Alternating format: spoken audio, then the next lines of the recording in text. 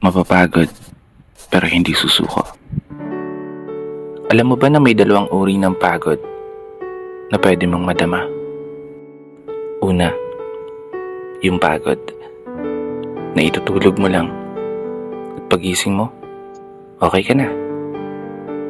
Pero may isang uri ng pagod na talagang kakaiba.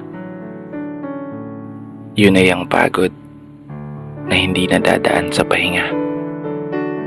Isang pagod na magpapahiwatig kung gaano kabigat ang mga problema mong daladala. Pagod na magpapanginig ng mga luha sa mata. Pagod na magdidikta sa'yo para sabihin ayaw mo na. Mapapatanong ka na lang talaga, saan nga bang direksyon ng aking mga paa? Mga paang tila pagod na sa kakahakbang.